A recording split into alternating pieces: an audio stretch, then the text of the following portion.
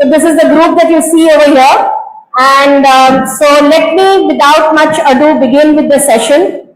And we have most of our panelists on board, but our chair has had to recuse himself for some urgent work back at the government of Gujarat. So let me take a little bit of that time and actually set the context in position. So the idea of this thing was that the idea of this particular session was how do you actually look at formalizing, may or may not be the right word, but how do you look at integrating services for slums or informal settlements? It is a very, very difficult question. We've had this entire questions and contestations in the morning about land rights, about land being a very complex subject. So we're not going to be touching too much on that because after all, we just have an hour with us. What we are going to look at is understand if there are ways to integrate slums and informalities in the city in ways which may not or may have been tried earlier, but how do we actually get some of those ideas forward and how do we integrate it within the PMAY 2.0. So that's broadly the kind of context, and we'll be hearing from all our panelists. So before, this is going to be a very informal kind of a conversation.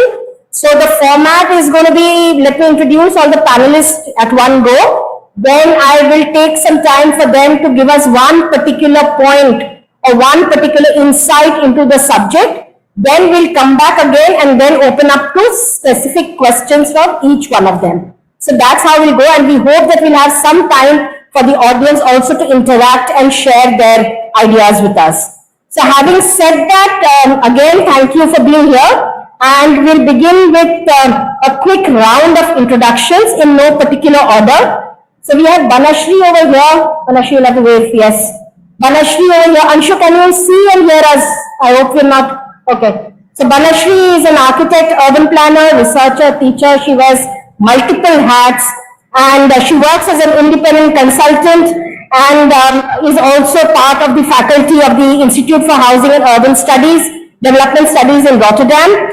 Her career spans many decades, and I will let her come in with her insights into this particular session. Then we have Mr. Vishal Singh Chauhan.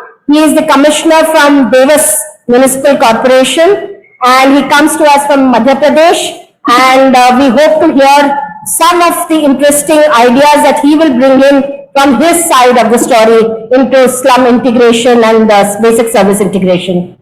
Rajendra Bhai on my right is a social entrepreneur, has been doing development work with urban and rural poor in the country. He is the founder member of SAAT, which is an NGO he founded in 1989. And of course, he is associated with various social enterprises in the last so many years.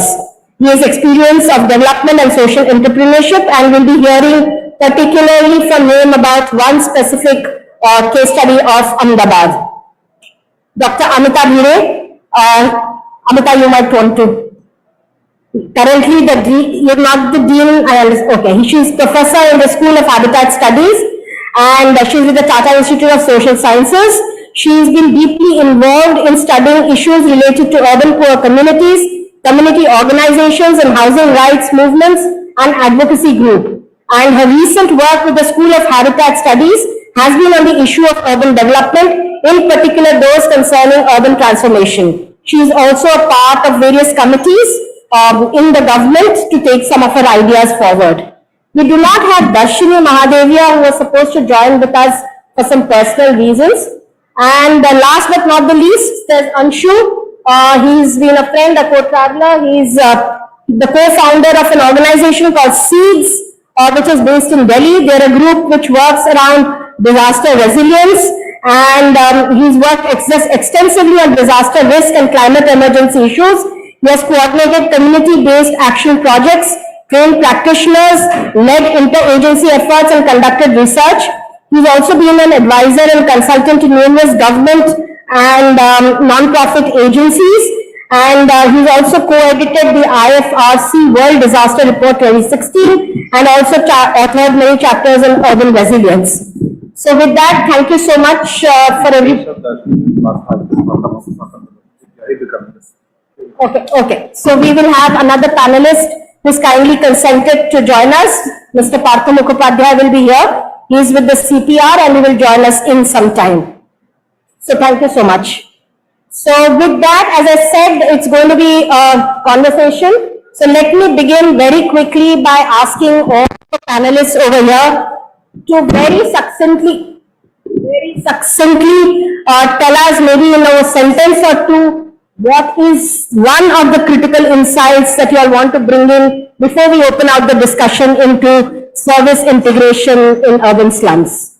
Can I begin with you, Rajendra Bhai?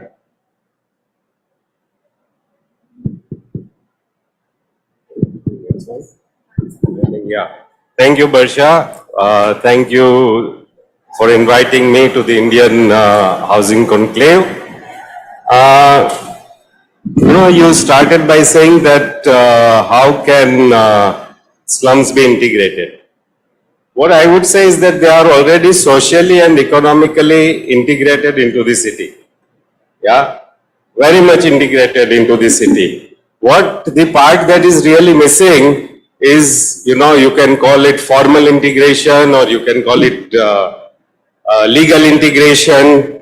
Yeah, and I believe that if that happens, and then I'll talk about it later. You want me to talk about the case study later on? Yeah, about a case study where it led to economic revival of that area and the surrounding area. So, I mean, slums are housing stock already existing, which only need to be recognized, in a way formalized, and it will have a multiplier effect. And I say this not out of any theory, out of having seen it happen in Ahmedabad city. Thank you.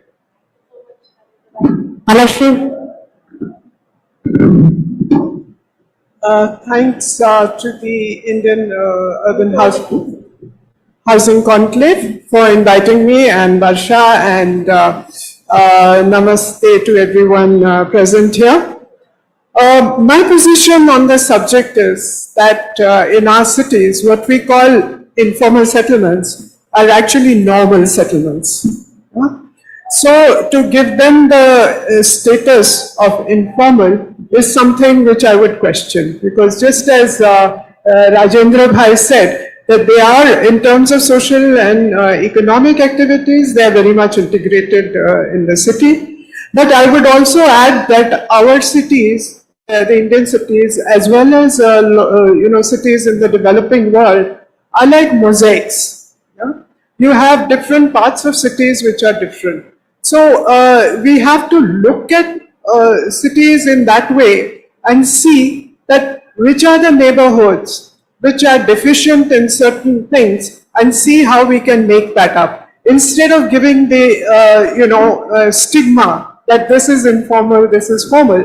Because I think for a long time to come, in our kind of social and cultural and economic setup, people are going to be the main actors to build cities, to build their neighborhoods. And I think this needs to be recognized and brought into our processes and mainstreamed. That's what my position is. Thank you. Thank you so much, Balashri. Quite agree with all your points. Vishalji, do you want to take on next? Good afternoon, everyone. Thank you, Barkaji. Thank you, Ministry of Urban Affairs, to calling me here. जो विषय है, I think सभी लोग हिंदी भी समझते होंगे, कोई ऐसा नहीं है, otherwise I talk to in English. I am very much comfortable in the Hindi. तो ये विषय है सर्विसेज इनफॉर्मल या फॉर्मल सेक्टर्स में प्रोवाइड करना है या स्लम्स में प्रोवाइड करना. आप लोगों के नॉलेज में एक चीज लाना चाहूंगा कि म्युनिसिपल कॉर्पोरेशन या यूएलबी जितने भी हैं, बेसिकली इनकी शुरुआत सर्विस प्रोवाइडर के रूप में ही हुई थी इस देश में. इनका काम था लाइट प्रोवाइड करना है, स्ट्रीट लाइट प्रोवाइड करना है, पानी लोगों के घरों तक जाना है, और मोटा जो है ट्रांसपोर्टेशन के लिए सड़कें बनाना है. इस देश में जितनी भी लोकल बॉडीज है, इसकी शुरुआत इसी चीज से हुई थी. तो हमेशा लोकल बॉडीज के दिमाग में एक पॉइंट ऑफ व्यू जरूर होता है कि वो जहां पर भी सर्विस प्रोवाइड कर रहे हैं, वहां से उनको उसका रिटर्न क्या मिल रहा है. जब बात स्लम्स की आती है, as you know, हम लोग यहाँ सभी लोग डाइस पर बैठे हुए हैं. The mentality of the slums people are the different the other people.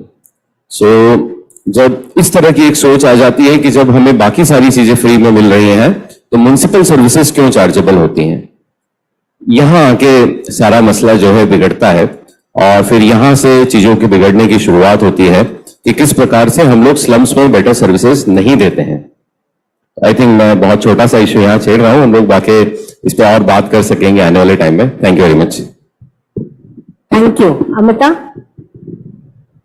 So thanks firstly Barsha and my co-panelists as well as the IUHC organizers, the UN Habitat for this opportunity. There are just two things that I want to highlight very quickly when we talk of integration per se. And I want to begin where perhaps you left, sir, and which is in terms of often whether we do resettlement, whether we provide services. Okay, one of the things which has been true in Indian cities per se is that you can take a person out of the slum. Okay, but the challenge is, can you take the slum out of the person? And that I think is the very, very key issue that we have to highlight.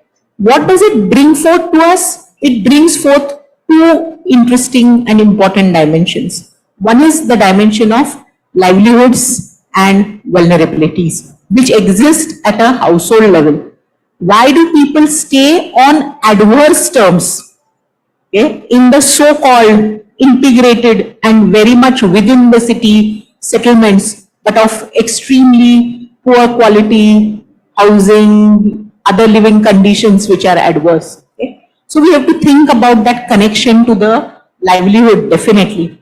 The second, I think, very, very important aspect is when we talk about people-centered approach, what we are actually trying to emphasize and recognize is the agency of the household itself, the agency of the persons living in the settlement, that they are the ones who are creating or offsetting or making different kinds of decisions with respect to their life, right? So they will distinguish between whether I want to stay far from the city and live in a better house, or I'm going to stay close to my employment and therefore live in a very, very bad quality neighborhood, somewhere safety versus others. So these are kind of negotiations that they are actually doing. They are the ones who are also investing in the house, in the upgradation of its amenities, of the overall improvement of the environment that they are living in, and also then making decisions about what does redevelopment actually mean. And often our governments, or often sometimes even well-meaning CSOs, deny this kind of a agency to people. So my point would be, when we think about integration, one needs to think about holistic integration, and one should think about how does one support these kind of households, remove their vulnerabilities and enable them to actually implement their decisions in a more informed manner. Thank you. So thank you so much. And we don't have Partho as yet over here, I think. So we will, whenever he comes, we'll ask him for his 2 bits. But with that, let us get on to some of these key questions that we had thought that we will integrate within this integration idea. And Rajendra, let me just begin with you, because he's also been part of this very interesting concept, which is now, I think, more than 2 decades. Oh, sorry, Anshu. Yes, your 2 bits. I'm very sorry. No worries. It's yeah, it's my loss. Thank you, Barsha, and gratitude to the organizers. मुझे उस कमरे में राजकोट में आप सबके साथ होना था, कुछ लॉजिस्टिक्स प्रॉब्लम के कारण मैं वहाँ नहीं पहुंच पाया हूँ. As I said, that's my loss. Barsha ने जो सवाल उठाया है, so the one thing I'd like to just bring to this conversation is a little bit of a concern around the fact that we treat slums as one unit. हम ऐसा करते आए हैं क्योंकि हमारी क्षमता डेटा कलेक्ट करने की, प्रोसेस करने की, रिसेंटली कुछ समय पहले तक इतनी ही थी कि हम उस तरह डील करते थे। मगर इस एवरेजिंग में जब हम एक स्लम में या सभी स्लम्स में रहने वाले परिवारों को एक ब्रश से पेंट करते हैं, तो उस एवरेजिंग में बहुत सारी चीजें हैं जो छूट जाती हैं। जो अब हमारे पास टेक्नोलॉजी अवेलेबल है, जो अब हमारे पास डेटा प्रोसेसिंग कैपेबिलिटीज अवेलेबल हैं, उसके चलते मैं ये प्रस्ताव लाना चाहूंगा इस कॉन्वर्सेशन में कि यूनिट स्लम नहीं है, यूनिट हर परिवार है। क्योंकि उस एक स्लम के अंदर हालांकि उनकी एक कॉमन डिनोमिनेटर है कि उनको क्या सुविधाएं, क्या फैसिलिटीज एक अच्छे डिसेंट लिविंग के लिए तुरंत चाहिए, लेकिन आगे चलकर एस्पिरेशंस बड़ी भिन्न हैं। खासतौर से अगर हम हाउसिंग के बारे में बात करते हैं, कुछ लोग हैं जो वहीं बसना चाहते हैं, कुछ लोग शहर में अच्छी जगह, बेहतर जगह बसना चाहते हैं, और कई लोग हैं जो वापस अपने गांव जाके बसना चाहते हैं। वो केवल कुछ समय वहां रह करके अपना लाइवलीहुड, रोजगार चलाना चाहते हैं। सो इस सब के चलते my take that I want to bring here is that we need to stop dealing with slum as a unit. We need to start dealing with every individual family and every individual house in that slum as a unit, where we assign value to their aspirations and their needs. Varsha, thank you. Thank you so much, Anshu. And in fact, it gives a great segue into what I was starting to ask Rajendra Bhai, because he has been a part of the slum networking project in Ahmedabad, which is called Parivartan, and it's now over 2 decades old. And so one of the questions, of course, some of your thoughts that we'd like to hear about is, of course, about Parivartan, but also why is it that after 2 decades also, do you think that the idea that was conceptualized within Parivartan, please, sir. Would you like to sit there? Next to Mr. Chauhan. Come here, come here. So, slum networking project, so would you like to say that it has actually been a success as an idea? Have we been able to take it to other states, other cities? So what have been and what are the challenges within the slum networking project, which if you were supposed to be taking a stock as of today, आप उसमें क्या add करना चाहेंगे, या क्या आपको लगता है कि कौन सी बहुत अच्छी चीजें थी जिसको कि हम आगे उसको ले जा सकें? Thank you, Varsha. I can be heard? Yeah, sure. So, slum networking project was a unique project because in this initiative, people paid user fees for getting basic services. There were slum residents. They paid user fees to get basic services, which was a drainage connection at household level, a water connection at household level, toilet, paved roads and street lights. The municipal corporation was a partner, and they also shared the costs for putting in these services. And Saath as an NGO was an intermediary between the slum community and the municipal corporation. Not only did they pay for utilities, they then became taxpayers. They were issued tax bills and they are paying the taxes regularly. What was missing in this whole piece was really that, the land ownership was not transferred. The municipal corporation gave a guarantee starting with 10 years, it has been renewed, that they will not be evicted, and even that much of a guarantee was enough for them to say that, okay, we will pay for the basic services and pay tax. At that time we talked about purchasing the land also, but I think we were too ahead of our times. But 3 years ago, the Gujarat government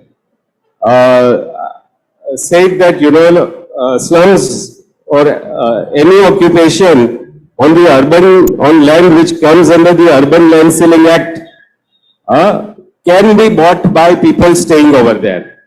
So many slums, especially those on private land, were on this kind of a land, and they could purchase that land by paying some jantri rate, etc., etc. And many of them started paying and now are legal owners.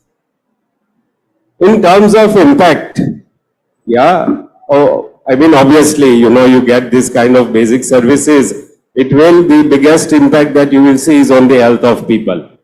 Yeah, so we saw that expenditure on health went down considerably and expenditure on, say, education, etc., went up.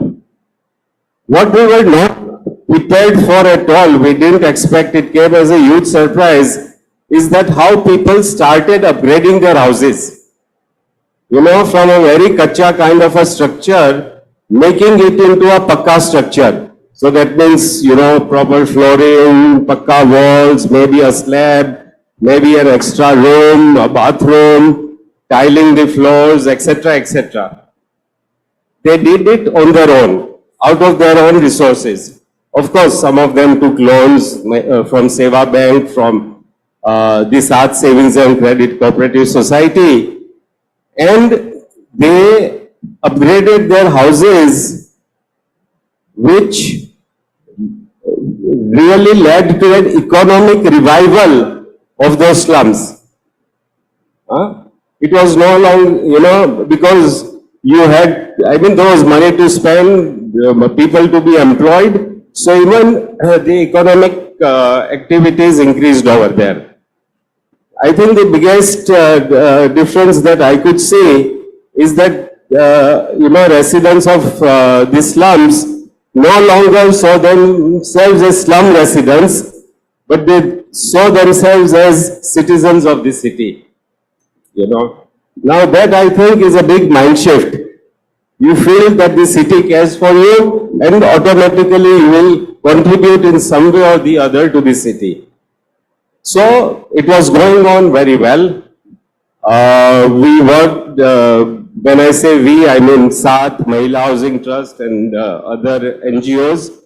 We upgraded almost 42 slums, maybe 8,000 households or so in those slums.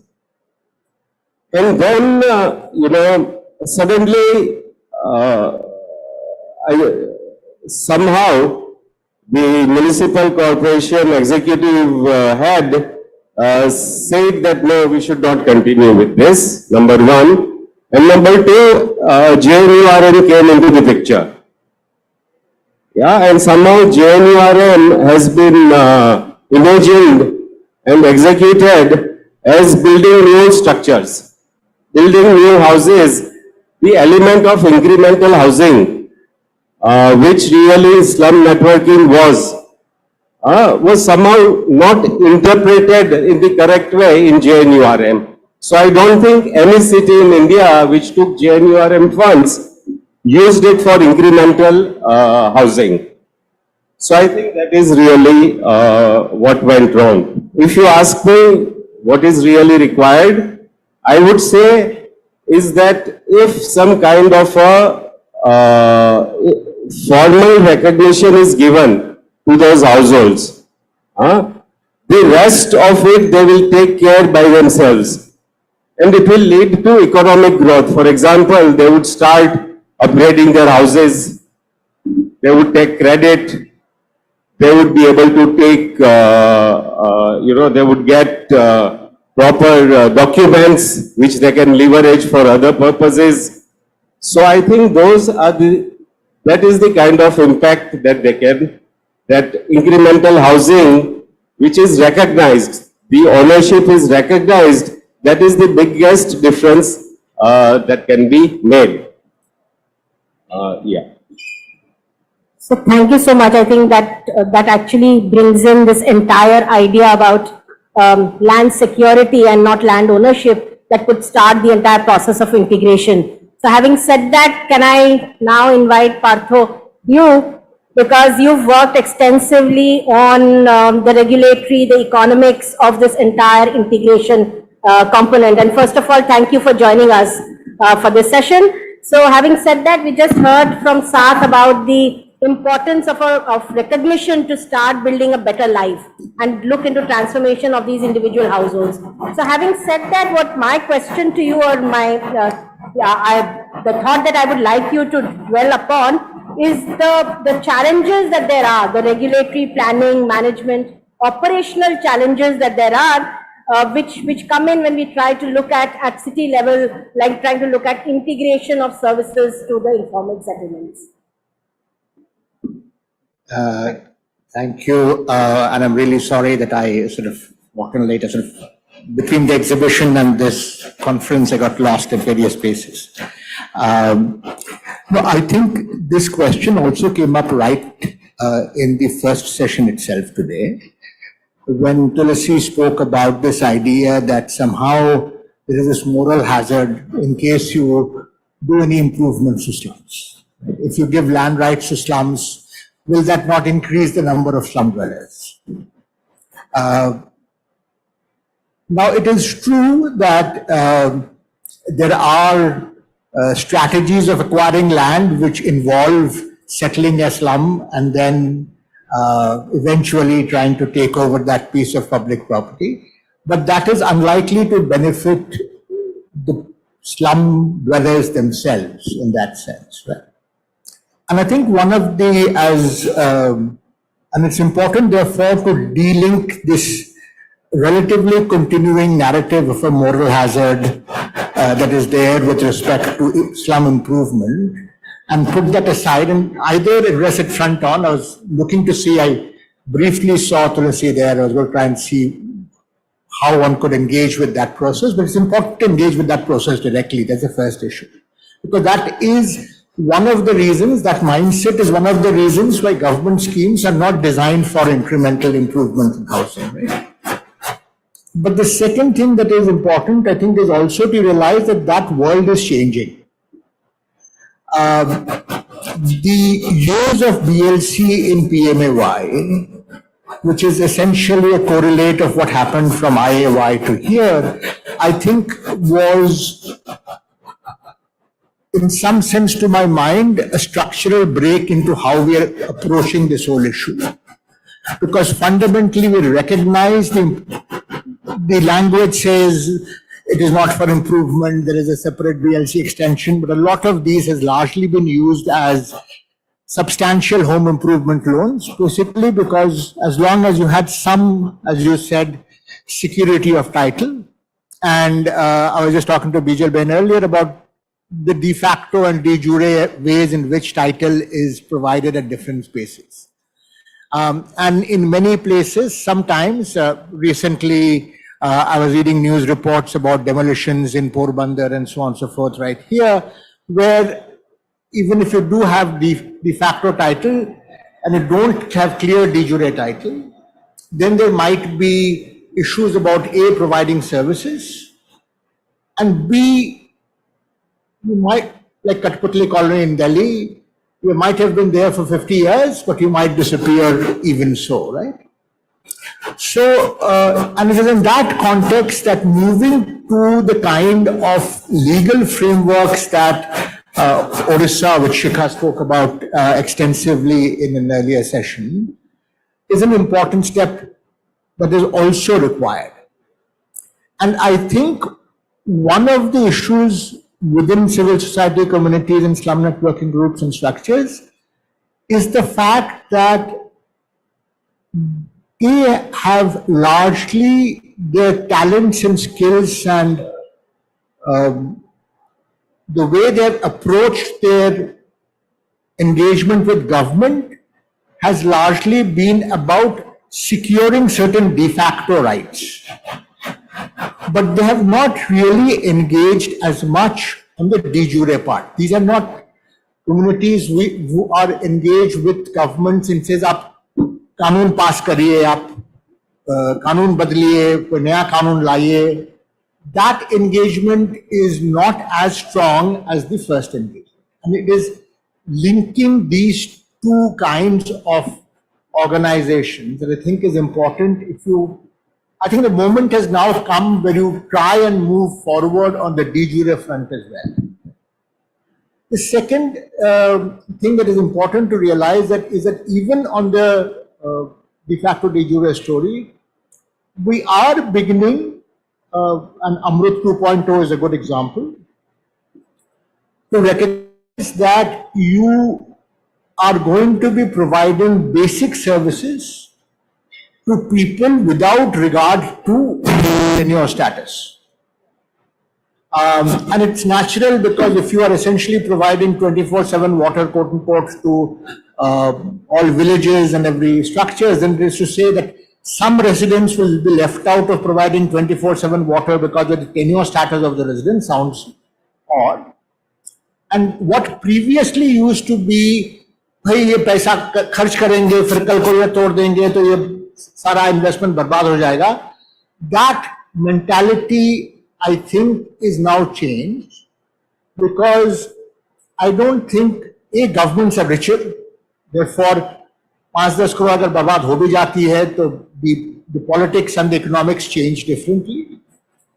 And secondly, it's also important to realize that people see that this is not a zero black and white story and maybe a stepwise improvement in some direction. So, but the one service so sanitation, water, electricity, basic improvements, environmental improvements, I think all of that structure is happening to at different levels at different places. Different state governments, different cities will have different tolerances. Harder to do in big cities like Bombay, where land is very valuable and too many people want claim on that land. Easier to do in smaller cities like Sambalpur, where fewer people have those kinds of claims. But the one core issue, and this goes back also to this whole issue that Gautam raised in the morning of where exactly the slum is in terms of work and so on, ki transport is an issue that is one of the big issues. You're building all these, even in Delhi, you build things at the periphery, but if you provided that place with very rich transport, you might get people to do. Bombay, a 2-hour commute is not an uncommon commute. Lekin, as it is, public transport in most of our cities is not very well developed. Rajkot, I was very happy to hear yesterday that it's going to get about 250 electric buses in the next 2 years. So the issue is, abhi tak the slum issue and the transport issue was not a big thing because slums tended to be located in places which were relatively transport rich because that's how they claimed to be there, because the locations were picked in a manner that was service with them. But as these kinds of things are happening more peripherally, because आप city को expand कर रहे हैं, गांव अंदर आ रही है, and that गांव then becomes a slum, and again Swamitva and things like that, which I was very impressed to hear what UP is doing here, उससे उस पे थोड़ी सी फर्क पड़ेगी. But as you're expanding and the periphery stuff is coming in, that original equation of slum having good access to transport, etc., is, I think, breaking down. So one other issue that will happen, especially in the bigger and the more peripheral spread out cities, is informal settlements. It is important to also think about public transport provision or other kinds of transport provision. When we think that particular structure through, that is an addition, because bijli, pani, sanitation, I think will happen as part of a broader push. Kahin zyada, kahin kam. BLC ke tahat, in various places, the main challenge there, I think, is from de facto to de jure. But these other issues which require people to move into some areas.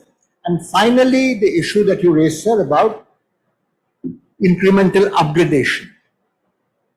उसके लिए जो पैसों की जरूरत होती है, there again the de facto de jure stuff comes in, because अगर आप किसी भी formal financial institution से पैसे मांगते हैं, अगर किसी भी formal financial institution से पैसे मांगते हैं, तब naturally you will be needed that kind of de jure commitment structures going forward. So इस हिसाब से then it becomes another part, while that becomes part of the issue. Will it be interesting to see how in Odisha and program progresses, how many slum dwellers are able to mortgage their rights get loans and redevelop their houses.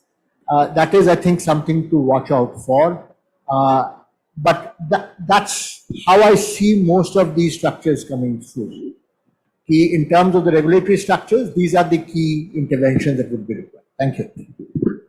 Thank you so much for that, and thank you for bringing in the transportation, because one of the things to also enhance women's mobility and women's workforce participation, and transportation plays a very key element. We of course talk about taps and toilets, but transportation mobility plays a very important role. So having said that, Banashri, Partha just mentioned about moving from de facto to de jure and looking at communities or people as one of the central focuses. So the question that I have for you is, what do you think are some mechanisms by which slums and informal settlements can be engaged as key partners of this entire process of integration? And also added to that, if you may, because you've got an experience in working with different countries, the question that Mr. Chauhan raised about payment of municipal services, and if you'd like to also add your insights into that. Thank you so much, Banish. Thank you, Varsha. So I think I'll begin with the question that our Devas Commissioner raised about services तो हम दे देंगे पर वो लोग पैसा नहीं देंगे. So I think I will go back to what I said in the beginning, that I think that in our cities what we call informal settlements are normal ways of city building. Yeah? और अगर हम उनको denotify कर दें, stigmatise नहीं करें कि ये स्लम है, ये दूसरा है, and we talk about universal access to basic services for which everybody has to pay, yeah, and then you have a slab system. अगर आपके पास एक नल है तो आप कम लीजिए, अगर आपके पास 10 नल है तो आप ज्यादा, or some other means, yeah. Second thing, I think it's very important, like just as Partho said, that to make financing available for house improvement, I think the municipalities definitely need to have money to provide infrastructure. Yeah?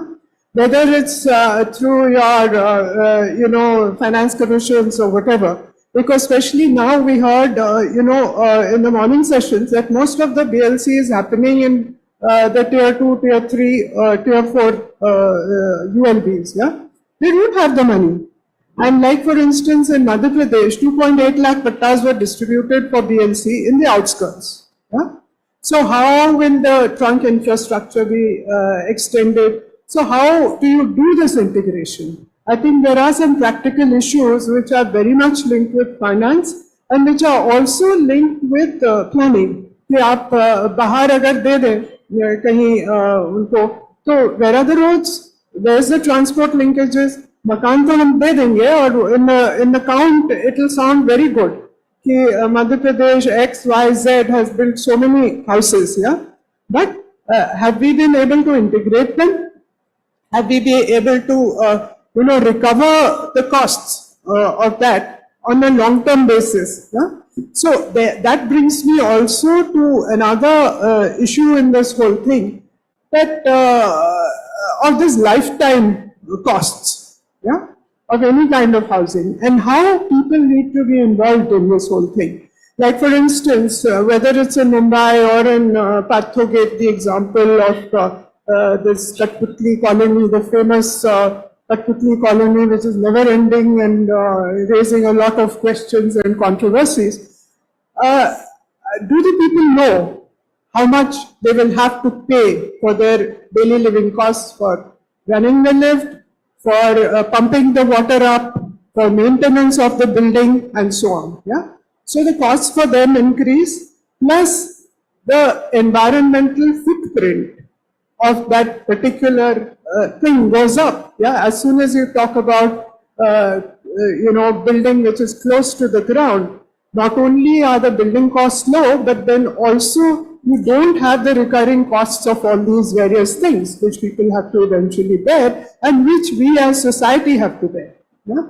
So I think my study in Delhi shows that this whole, we need to understand this whole business of densities much more. कि आप incrementally जितनी density achieve कर सकते हैं इन may be ground+2 और ground+3, आप अगर वो टावर ब्लॉक्स बनाए 10 स्टोरी, आप उससे ज्यादा डेंसिटी नहीं अचीव कर सकते. Only thing is you will achieve it at one time. But if you talk about incremental building, maybe the same thing happens over a period of 10 years, 15 years, but eventually it will happen. So I think we need to do much more research as planners about density. Yeah? The other thing that Varsha raised, I think I'll give, and she also said that talk about examples from abroad. Now, it's also about linking up policy thinking. Like earlier I talked about universal access to basic services. That's a policy approach. Yeah? As soon as the government says that everybody will have access to basic services because they are human beings, because they are citizens of this country, it's a totally different ball game from saying कि आप अवैध हैं, आप वैध हैं, आपको ये मिलेगा, आप लीगल हैं, आप इलीगल हैं, आपको नहीं मिलेगा. People have to, municipalities have to give those services, whether whatever for people's survival. So uska, so as policy, we have to look at it. Second thing is, it has to be a policy decision that that you can't do things top down. You can have these kinds of policy things, but what happens on the ground is very different in different places. What happens in Mumbai cannot happen in Devas. Yeah? So the local things, I think you have to develop with the urban local government as a kind of a mother institution. Why do I say mother institution? Not only do they have to provide services, but they are responsible for a whole host of other things. And I think they are the ones who can coordinate with, non-governmental organizations, with private developers, with, community groups, yeah, to come together and work out local solutions. And they are the ones who know best what is to be done. And in this context, you see that if you look at large programs like, Madhya Pradesh Urban Services for the Poor or Andhra Pradesh Urban Services for the Poor, which I had the privilege to work on, it is actually the municipalities working with the NGOs and their own community organizers who then bring in the communities and have this dialogue about payment of tariffs and taxes and about improvements and so on, which goes a long way. Talking about examples from other places, you look at what Brazil has done. Of course, the famous thing you have at the policy level, the city statute, which says that there are these special zones, what they call the social interest zones. They don't call them slums, but special social interest zones, or ZEIS, Z-E-I-S, and there, these are, pockets in cities, whether they are villages, whether they are informally what was, built by people and so on and so forth. Now, along with the people, you can work out some kind of basic regulations and development norms which they follow. Yeah. So it is, it's a different zone. Yeah, in the city. So I think we need to consider that kind of thing. And it's not that it hasn't been considered in India. For instance, in the previous master plan of Nagpur, they had a zone called R3. Yeah, and this R3 zone was supposed to, be for all this kind of self-built housing, whether it is villages or something. And then to define, the whole building rules along with the people there. But then step number 2 never happened, yeah, because the institutions did not have the capacity to do it, yeah. But कैसे करें इसको, किसके साथ negotiate करें, कैसे हम community groups form करें. So उन सवालों में ये मुद्दा बिल्कुल बैठ गया और कुछ आगे बढ़ नहीं पाया. But in terms of the master plan, it was definitely there as an inclusive thing, also to include people in this whole thing. Yeah. Or you can, look at approaches like you have in the Philippines, where you have the community mortgage program, yeah? That collectively people buy up land, yeah? And they actually pay for buying the land. And there is a special organization which does the lending, and they mortgage the land and they pay back. Once they pay back, then they get tenure for the individual plots, but till then it remains collective tenure. So like in the earlier session, Aparna was saying that you think about community land trusts, or we already have, regulations on housing cooperatives. Yeah? So we could consider bringing in people together. So what I'm trying to say is that bring together the community aspect along with the spatial development aspect. Yeah? And it can be done in very many ways. Yeah? And we have examples from different parts of the world to help us do that. But I think what is as an integrating factor, this whole thing of universal access to basic services is something, and destigmatizing development, calling areas as maybe less developed and more developed, classifying the whole city into, what is the deficiency in which area. Somewhere it will be tenure, somewhere it's, infrastructure, and then, going in for improving that or changing it in whatever way it's required, rather than creating right from the beginning these pockets called informal, slums, and so on and so forth. Thank you.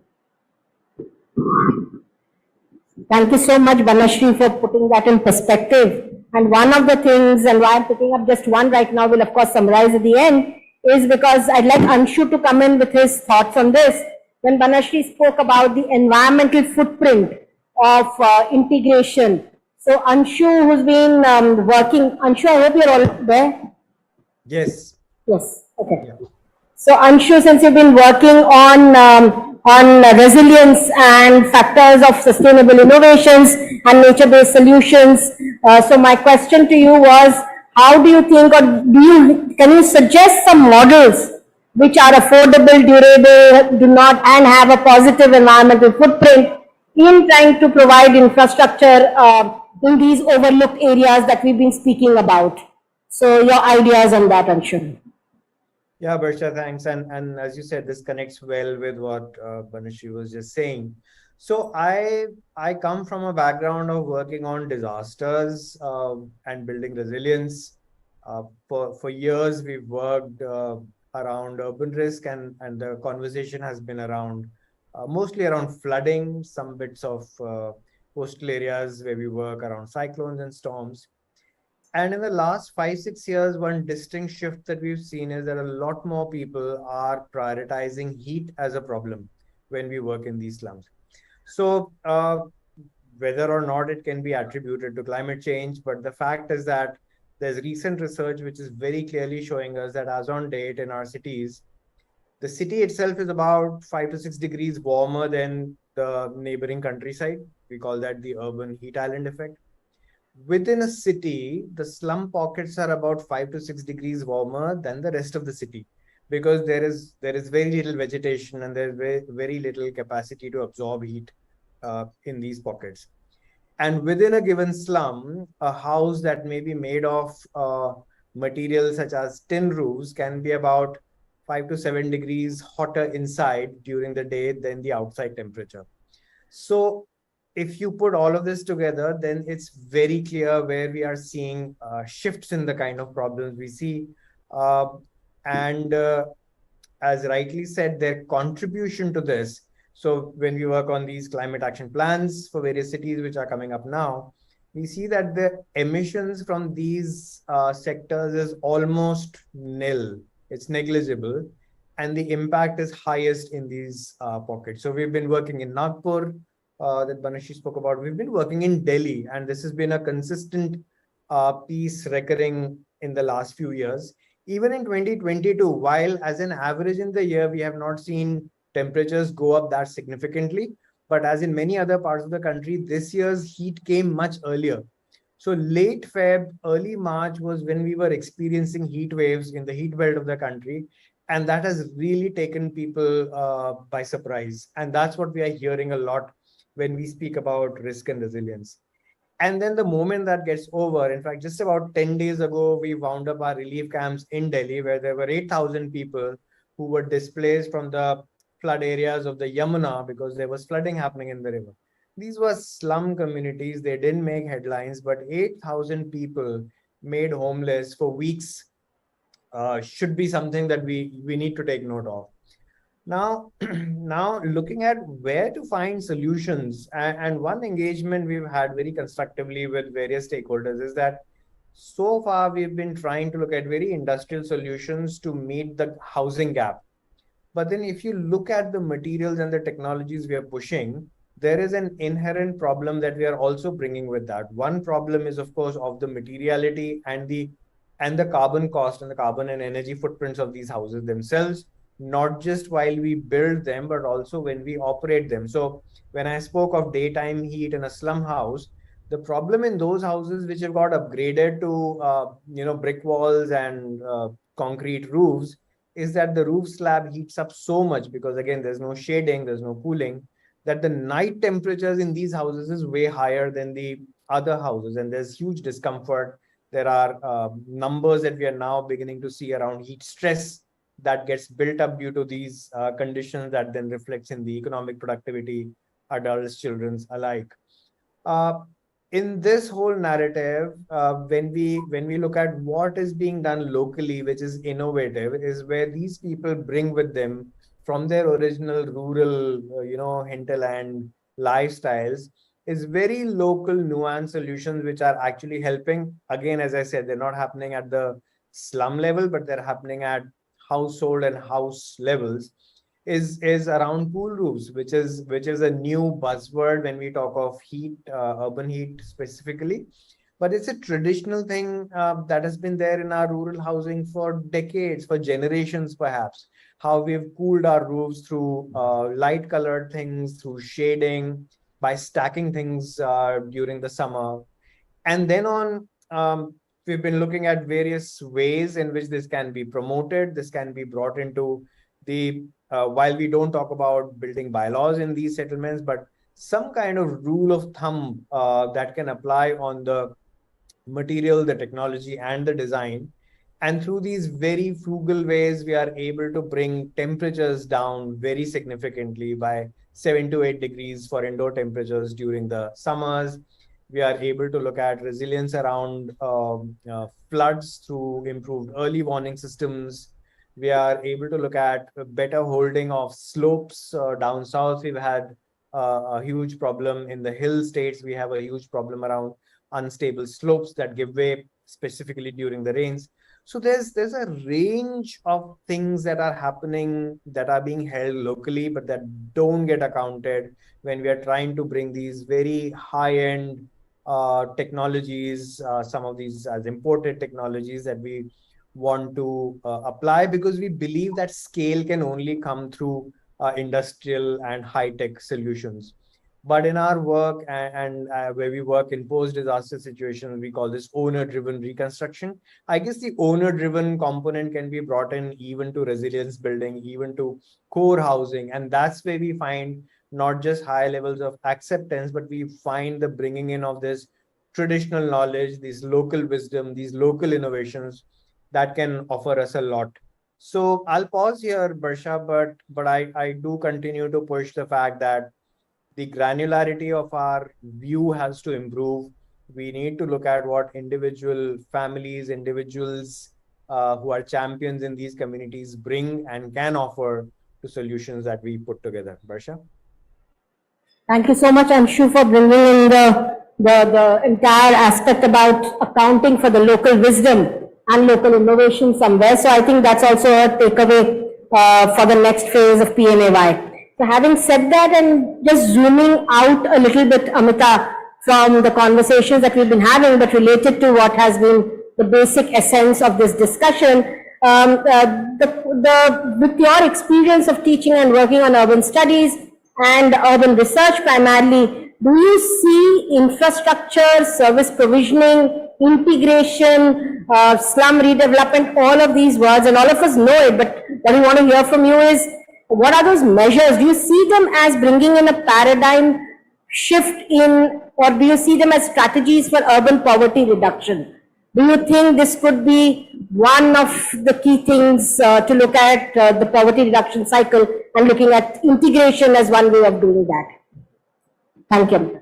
Okay.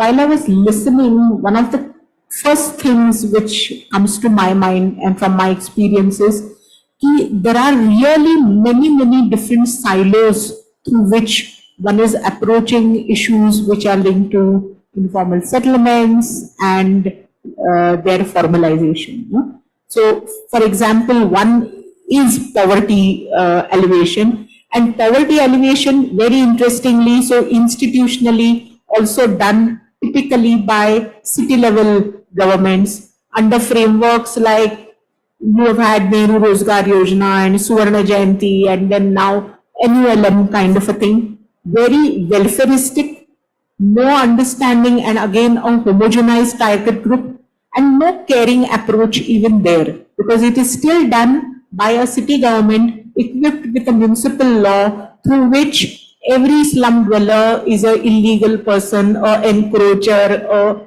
so on and so forth, a nuisance, and so on and so forth. None of this has been revised, and which creates multiple contradictions. I take this same analogy of the absence of a caring state to even looking at housing and infrastructure. But today, while I think Partho was talking about these kind of shifts which he sees happening, at the same time the advances which needs to be done, I think one of the big advances and which big leaps that needs to be taken is really that of a caring state, no? Not of a state which only delivers. Okay? So it delivers houses, but it doesn't care about whether people are living in those houses, or whether living in those houses is able to give people better outcomes in terms of quality of life, right?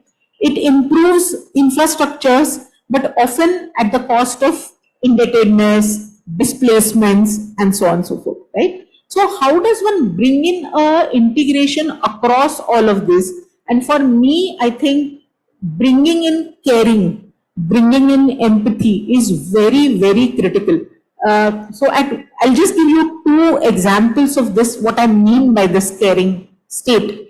And one of these I was actually privileged to document just with, I think, the association with Cure, and what we did in Dharamshala and Jaipur was actually trying to, not go by conventional understandings of poverty at all, but really use vulnerability as the key parameter and enable households to choose a way in which they look at a critical intervention that could help their lives.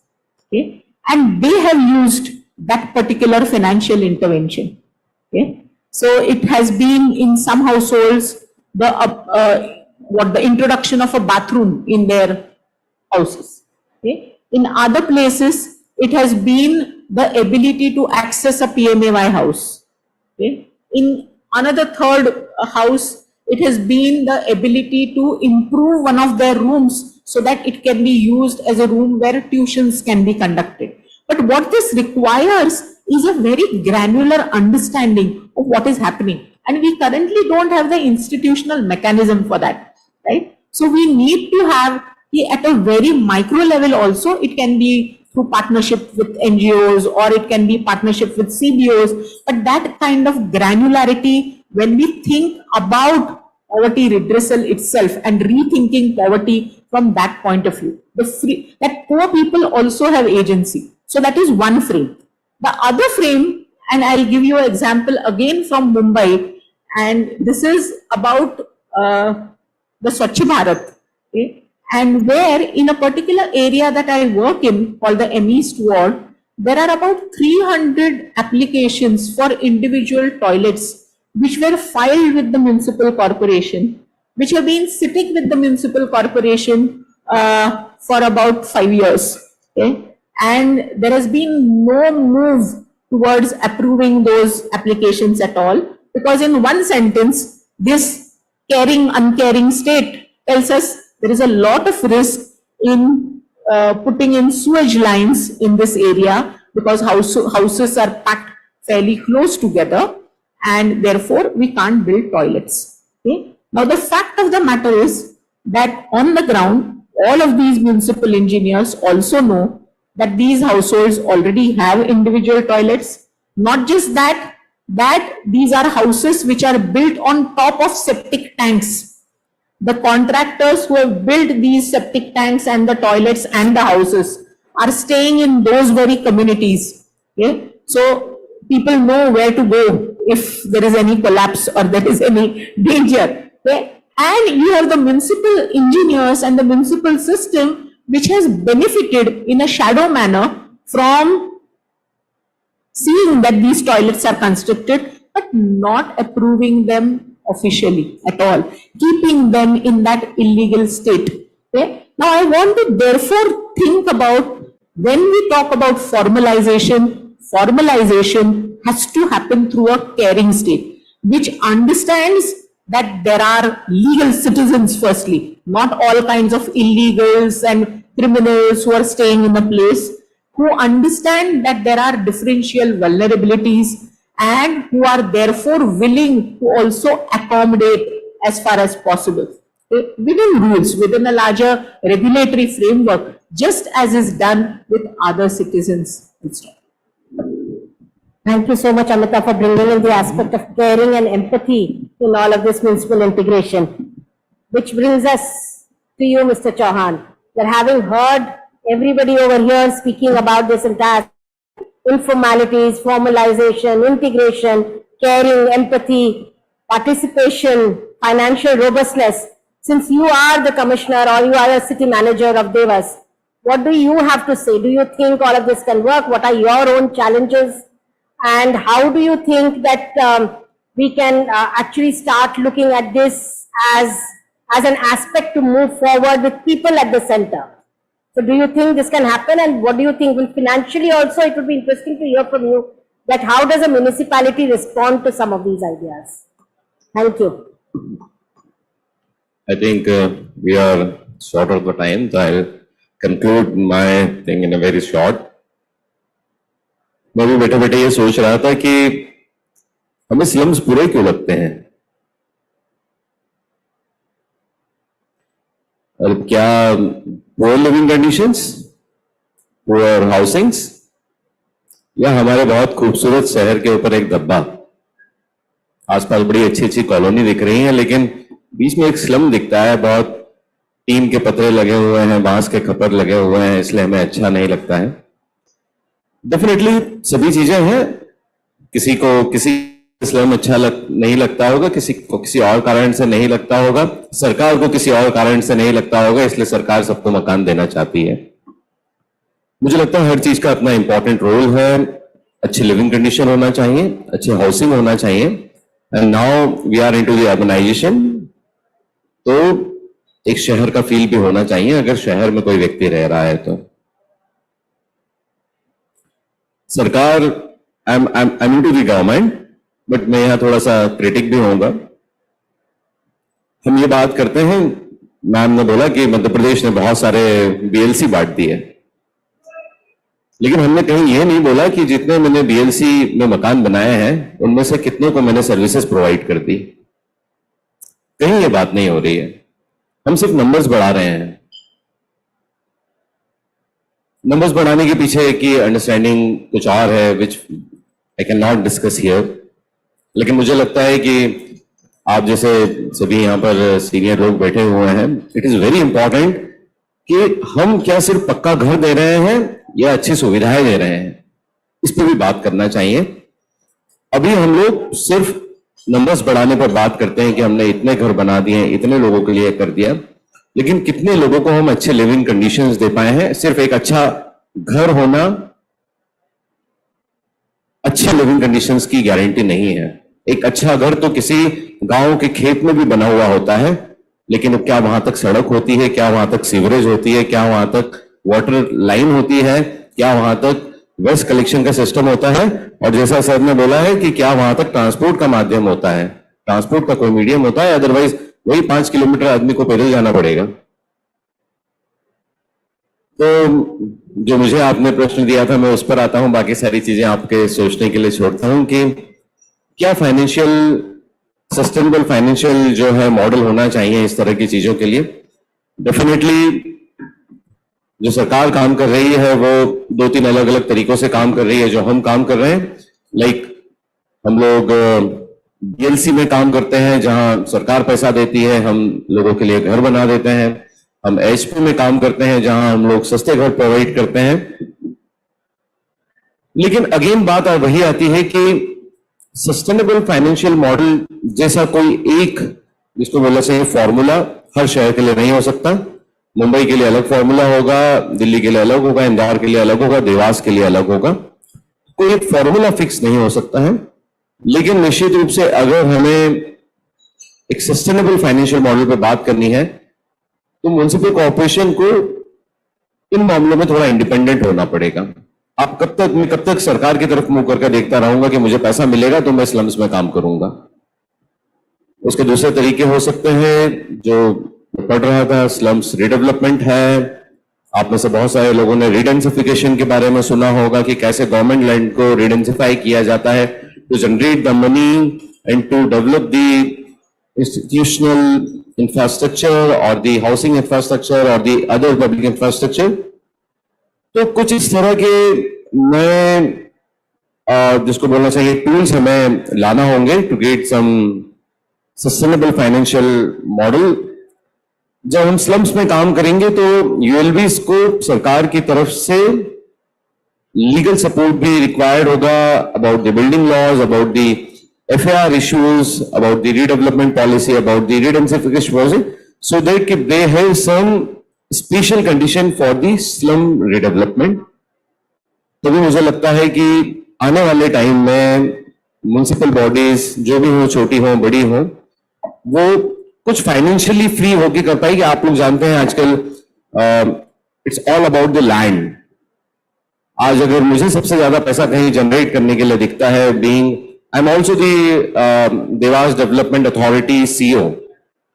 तो as you know the development authorities is working in the field of this real estate only. तो आज की तारीख में सबसे ज्यादा पैसा अगर कहीं से सरकार जनरेट कर सकती है दैट इज द लैंड। अगर हमने उस लैंड से पैसा जनरेट करके उसी लैंड पर लगा दिया, स्लम की लैंड पर लगा दिया, मुझे लगता है कि that will be the sustainable financial model. Thank you very much. आप लोगों के सभी लोगों के बीच में आके आप लोगों की बातें सुनकर बहुत अच्छा लगा। Thank you. Thank you so much mister Chauhan. आपने बड़ी क्रिटिकल बातें भी बता दी, how the city actually become sustainable in its own finances, and हम किस तरह से स्लम्स को एक नए इमेजिनेशन के साथ हम लोग देख सके ताकि वो भी इंटीग्रेट हो सके सिटीज में। So with that, in the interest of time, and I have been told we hardly have another 5-10 minutes, तो मैं चाहूंगी कि can we open up to the house if there are any questions, responses, additions that people in the audience would like to add on. There are some mics which can be moved.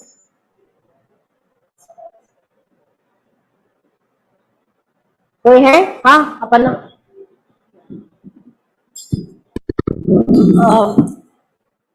Good afternoon, everyone. I just want to bring in one perspective for discussion.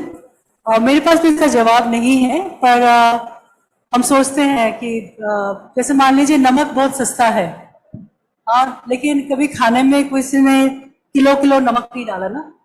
तो ये जो पूरा idea है कि अगर हम खोल देंगे शहर को, सारे लोग आ जाएंगे, ये वाली भावना कहाँ से आती है?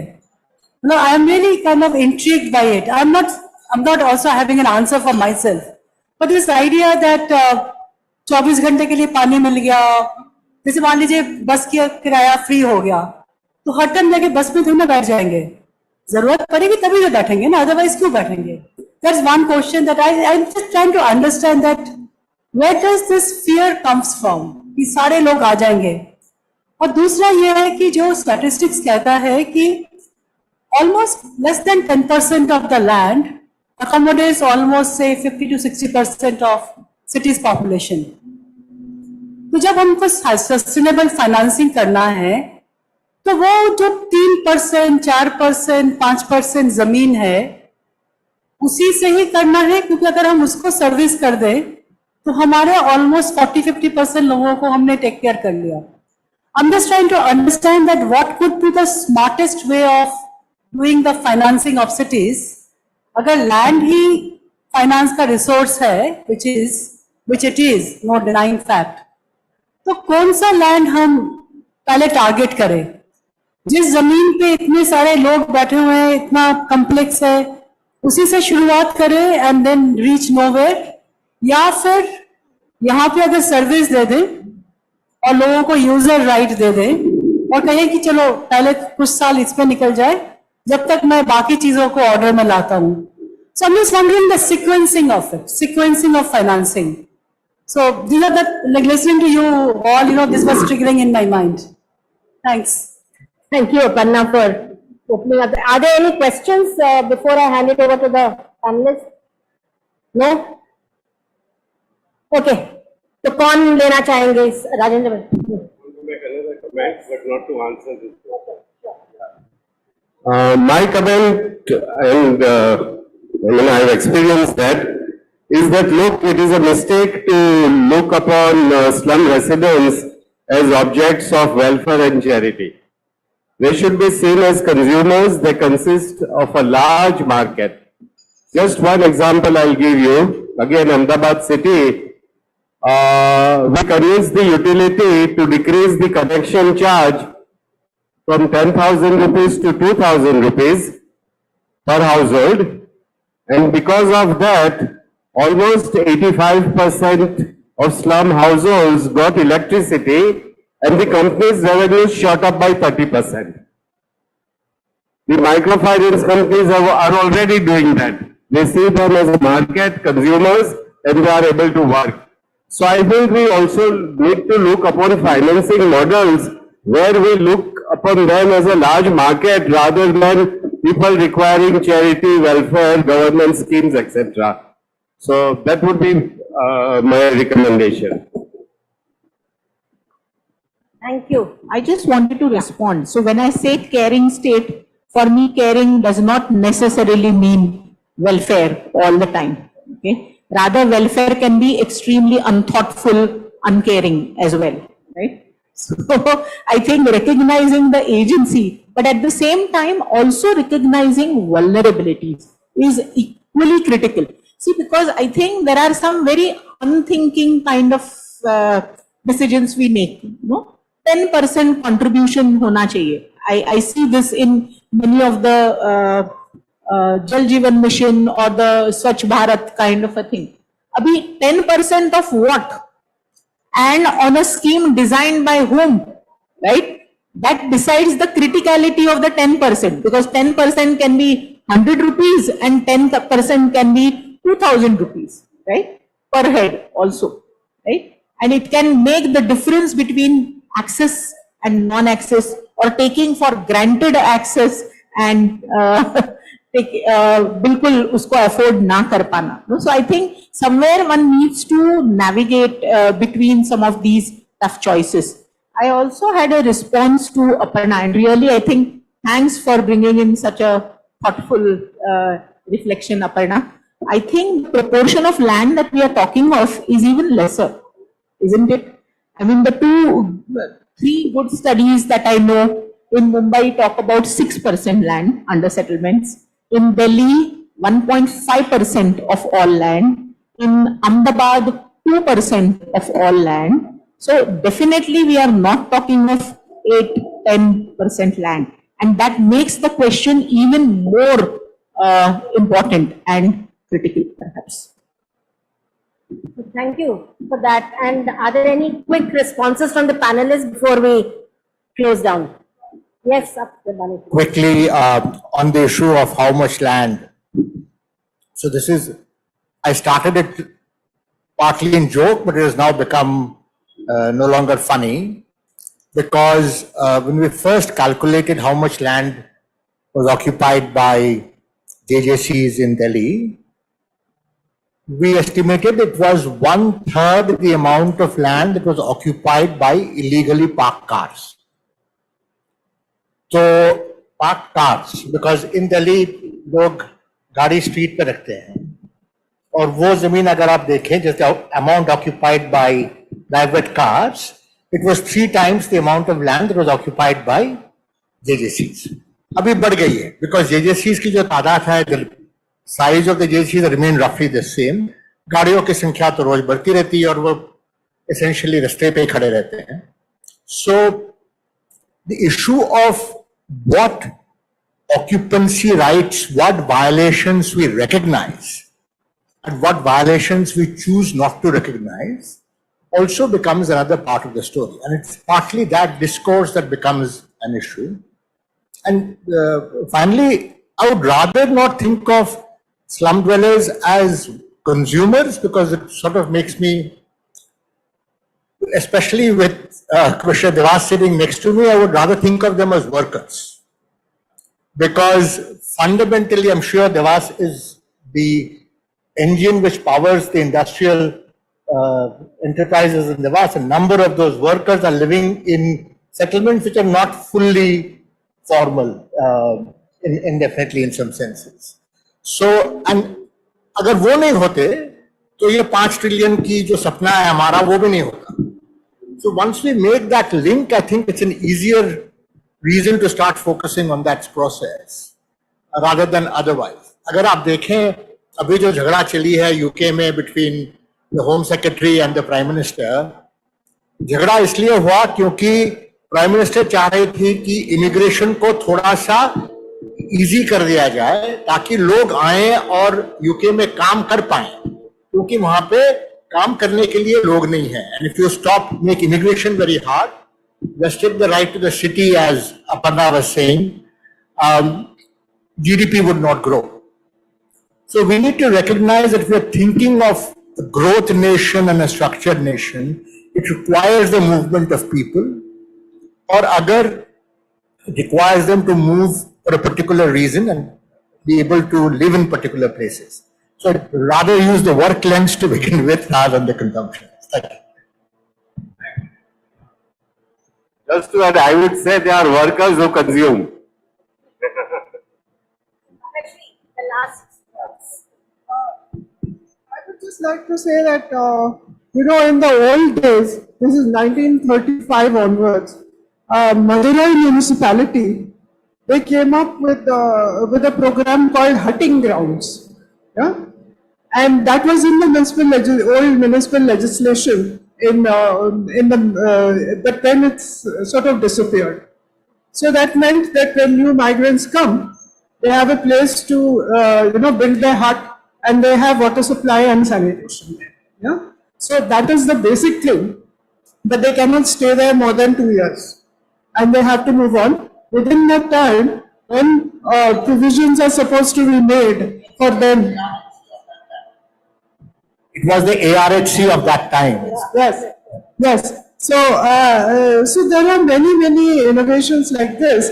But then talking about, again, जैसे आपने कहा कि the sustainable thing is कि वही land हम use करके उसको करें.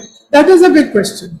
क्योंकि अगर the beauty of being a urban local body or a development authority or a government department is that you have at your disposal different public lands. Yeah? So it's easily possible to cross subsidize. Yeah?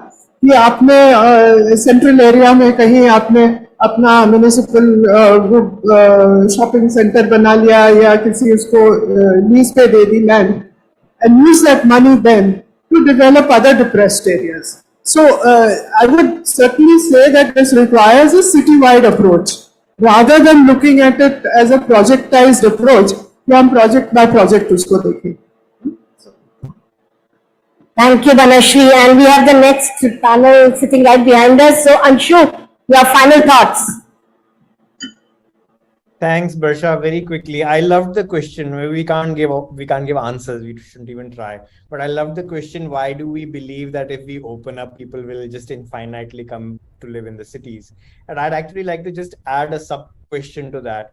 why do we also believe that people who are coming to work here want your land and want to live here forever and be, getting old in these cities? I think these are things which will help us evaluate our current thinking and maybe be able to improve some of that. Barsha, thank you very much.